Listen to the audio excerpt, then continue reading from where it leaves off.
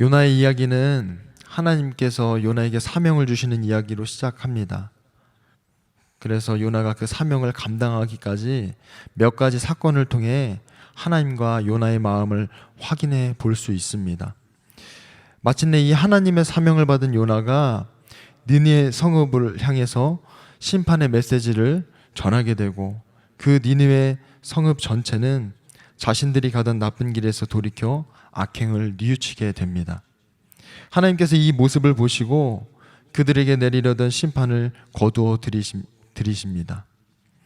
그런데 이야기가 여기서 끝나지 않고 4장까지 이어집니다.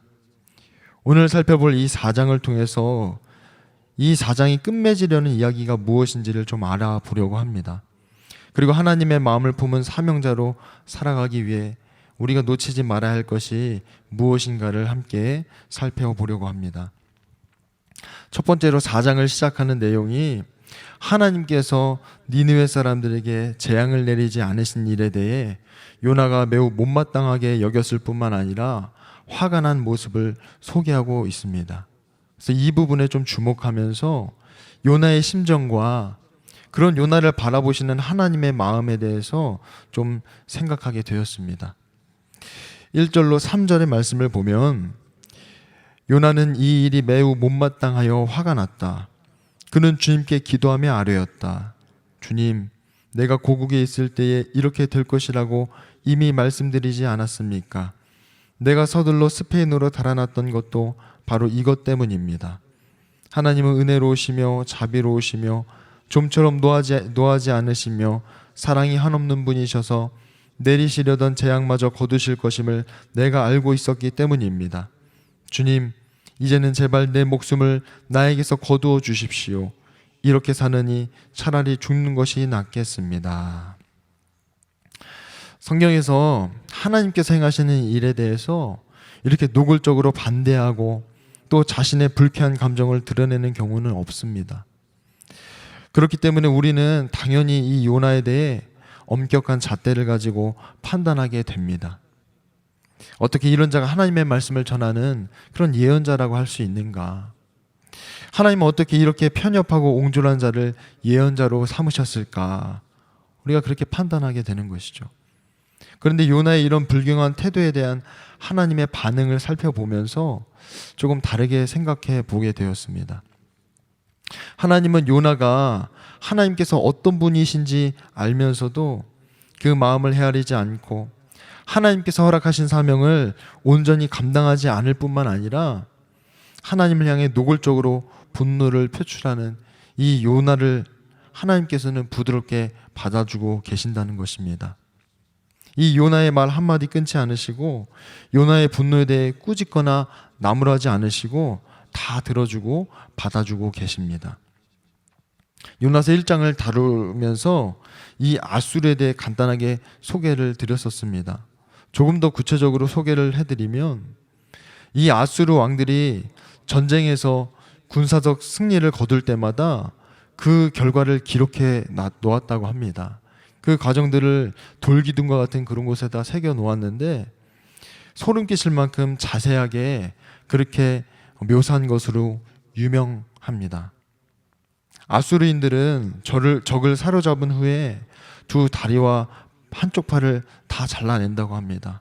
그래서 한쪽 손만 남겨두는데 그 이유가 희생자들의 남은 손을 잡고 조롱하기 위해서라고 합니다.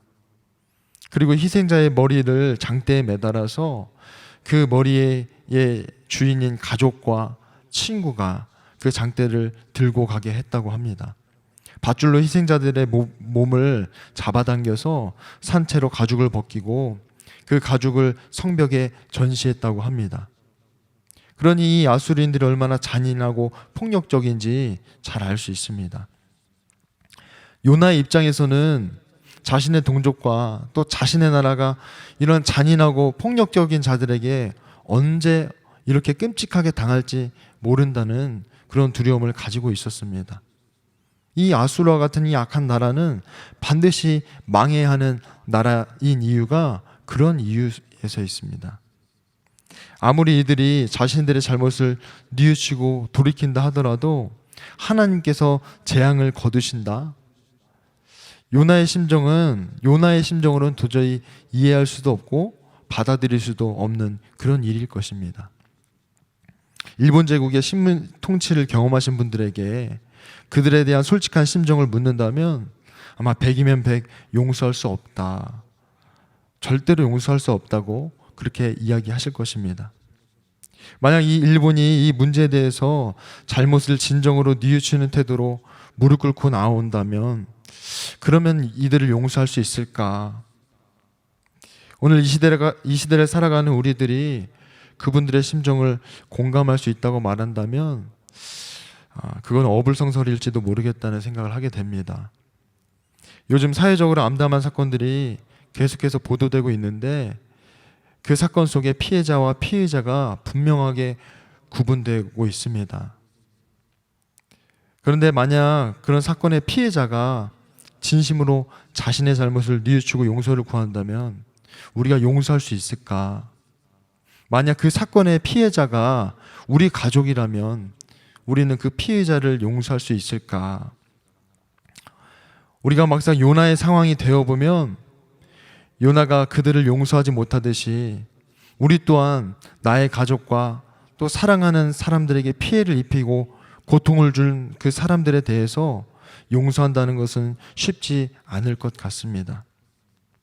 하나님께서 이 사실을 아시기 때문에 요나가 분출하는 것도 분노를 표출하는 것도 다 이해하시고 받아주시는 것은 아닐까 그렇게 생각하게 되었습니다. 요나가 진정으로 하나님의 마음을 품기 위해서는 자신이 하나님의 은혜를 받은 사람이고 멸망당해도 전혀 슬프게 여겨지지 않을 이 아수르 같은 자가 자신이라는 사실을 깨달아야 할 것입니다. 요나가 하나님의 은혜를 받고도 하나님께 목숨을 거두어달라고 난리를 칠 때 4절에 하나님께서 네가 화내는 것이 옳으냐 하고 책망하십니다. 자신이 하나님의 은혜와 사랑을 받을 수 없는 자였는데 그 은혜와 사랑을 맛보았다면 마땅한 반응으로 그들도 하나님의 은혜와 사랑을 맛보고 누릴 수 있는 그런 축복의 통로가 되어야 하는 것입니다. 우리가 하나님께 분노를 표출하는 요나를 어떤 관점으로 보느냐에 따라 하나님의 심정을 이해할 수도 있고 이해하지 못한 채 마치 탕자에서 등장하는 첫째 아들처럼 그런 냉정한 마음을 가질 수 있을 것입니다. 한 가지 분명한 사실은 하나님은 우리에게 맡겨주신 사명을 통해서 하나님의 마음을 품기 위한 그런 여정으로 우리들을 안내하신다는 것입니다.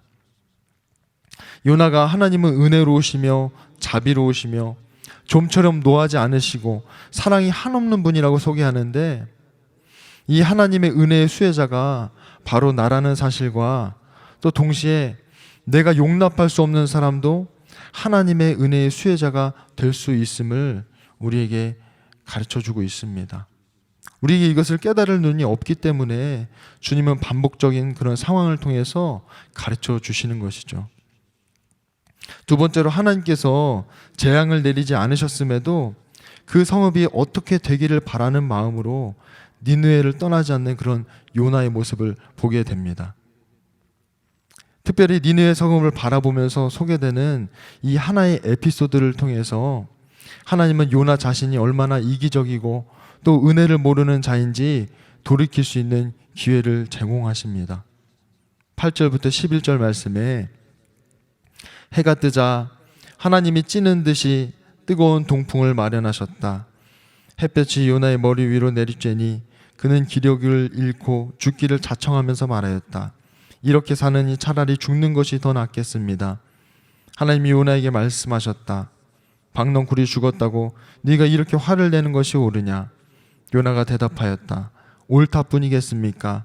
저는 화가 나서 죽겠습니다. 주님께서 말씀하셨다. 네가 수고하지도 않았고 네가 키운 것도 아니며 그저 하룻밤 사이에 자라났다가 하룻밤 사이에 죽어버린 이 식물을 네가 그처럼 아까워하는데 하물며 좌우를 가릴 줄 모르는 사람들이 12만 명이 더 되고 들짐승도 수없이 많은 이 큰 성읍 니느웨를 어찌 내가 아끼지 않겠느냐. 요나는 이 니느웨 사람들이 자신들의 잘못에서 돌이켜서 재앙이 내리지 않게 되었음을 분명히 알고 있습니다. 그런데도 성읍을 빠져나와서 동쪽에 초막을 짓고 그 성읍이 어찌 되었나 바라봅니다. 아마 그 성읍을 바라보면서 혹시라도 심판이 임하진 않을까, 그런 희망을 가지진 않았을까, 그런 생각을 하게 됩니다. 이때 하나님께서 박넝쿨을 요나 머리 위에 그늘지게 하시죠. 성읍이 망하나 망하지 않나 쳐다보는 그 요나가 박넝쿨 때문에 기분이 좋았다고 그렇게 소개하고 있습니다. 그런데 곧장 벌레 한 마리를 보내셔서 이 박넝쿨을 시들어 죽게 하십니다. 따가운 햇빛이 이 요나의 얼굴을 비추자 요나는 더 심각하게, 더 심하게 분노하면서 이렇게 사느니 차라리 죽는 것이 낫겠다고 그렇게 고백합니다. 하나님께서 요나가 분노하는 모습을 보시고 박넝쿨이 죽었다고 내가 이렇게 화를 내는 것이 옳으냐, 그렇게 말씀하시죠. 하나님은 니느웨가 심판받기를 바라는 이 요나에게 분명히 은혜를 베풀어 주셨습니다. 그렇지만 요나는 자신이 받은 은혜를 망각합니다. 자신이 은혜를 받았다면 니느웨 성읍에 사는 사람들에게도 은혜가 필요하다는 점을 요나는 알아야 합니다. 요나는 자신의 이 머리에 햇빛을 가려주는 박능컬은 소중하게 여기면서도 자신의 민족에게 해가 된다면 이 12만 명이나 된다 해도 멸망당하는 것은 당연하게 여기는 그런 사람입니다. 뿐만 아니라 이 12만 명의 사람들보다도 하루 동안 자신에게 그늘을 가리워주는 이 박능쿨이 더 소중함을 하나님은 지적하고 계십니다. 요나의 기준이 여전히 하나님의 기준을 따르지 않고 자신의 기준을 따르고 있는 것입니다. 여전히 고집을 부리고 있는 것이죠. 자신과 자신의 민족에게 유익이 되면 좋은 것이고 자신과 자신의 민족에게 유익이 되지 않는다면 생명이라 하더라도 중요하지 않은 것입니다. 특별히 하나님께서 이 요나에게 하시는 마지막 말씀을 통해서 이방 민족을 어떻게 여기시는지 분명하게 주님께서는 가르쳐 주십니다. 11절 말씀에 하물며 좌우를 가릴 줄 모르는 사람들이 12만 명도 더 되고 짐승들도 수없이 많은 이 큰 성읍 니느웨를 어찌 내가 아끼지 않겠느냐. 요나는 하나님께서 이스라엘만 아끼신다고 생각하지만 하나님은 이방 민족도 아낀다고 분명하게 말씀하십니다. 하나님께서 요나에게 사명을 주실 때 하나님께서 요나에게 가르쳐주고 싶으셨던 이 주님의 마음은 이방 민족에게도 은혜를 베풀고 이방 민족도 아끼는 이 하나님의 마음을 품길 원하셨습니다. 오늘 우리가 이 시대를 살아가면서 저 사람은 악해, 저 사람은 용서할 수 없어, 저 사람은 계속해서 감옥에서 살아야 돼, 많은 사람들이 이렇게 말을 하죠. 근데 이렇게 말하는 사람을 향해 주님은 그들도 소중히 여기신다고 그렇게 말씀하지 않으실까 싶습니다. 정말 그들도 주님께서 귀하게 여기신다고 우리가 믿을 수 있는지, 주님께서 귀하게 여기신다면 나도 그들을 귀하게 여겨야 되는 것인데 나도 그들을 귀하게 여길 수 있는 것인지, 수많은 사람들이 안 된다고 악하다고 하는 사람들을 향하여서 주님은 귀하다고 여기신다고 하는데 나도 그들을 귀하게 여길 수 있는 것인지 질문하게 됩니다. 우리가 하나님의 마음을 볼 수 있다면 나 자신도 그들도 주님의 은혜가 필요하고 또 주님의 은혜 없이는 살아갈 수 없는 자들입니다. 요나서를 살펴보면서 이 하나님의 사명은 하나님의 마음을 품고 헤아릴 때 온전히 감당할 수 있다는 사실을 요나를 통해 살펴보게 됩니다. 그렇게 하나님의 마음을 품을 수 있도록 계속해서 말씀하시고 가르쳐 주시고 기다려 주시는 그런 주님의 은혜를 보게 됩니다.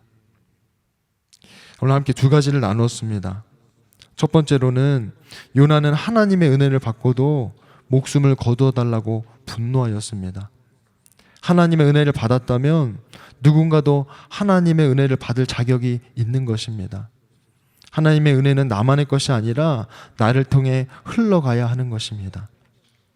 두 번째로는 하나님은 요나 자신이 얼마나 이기적인지를 깨닫고 돌이키기를 원하셨습니다.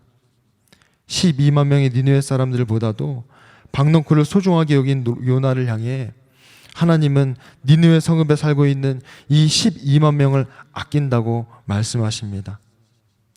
우리에게 하나님의 은혜가 필요하다면 그들에게도 하나님의 은혜가 필요한 것입니다. 하나님은 이스라엘도 아끼시고 아수르도 아끼십니다. 하나님은 우리를 아끼듯이 우리의 이웃과 수많은 영혼들을 아끼십니다. 이 시간 함께 두 가지 기도 제목을 한 번씩 나누어서 기도하도록 하겠습니다. 첫 번째로 기도할 것은 주님, 은혜 받은 자로서 은혜를 흘려보내는 그런 통로가 되게 하여 주옵소서. 은혜를 받고 내가 은혜 받은 줄도 모르고 그 은혜를 흘려보내는 통로로 살지 못하는 우리의 모습은 아닌지 돌아보게 됩니다. 받은 은혜를 흘려보낼 수 있는 그런 거룩한 통로가 될 수 있도록 은혜를 베풀어 달라고 함께 기도하겠습니다.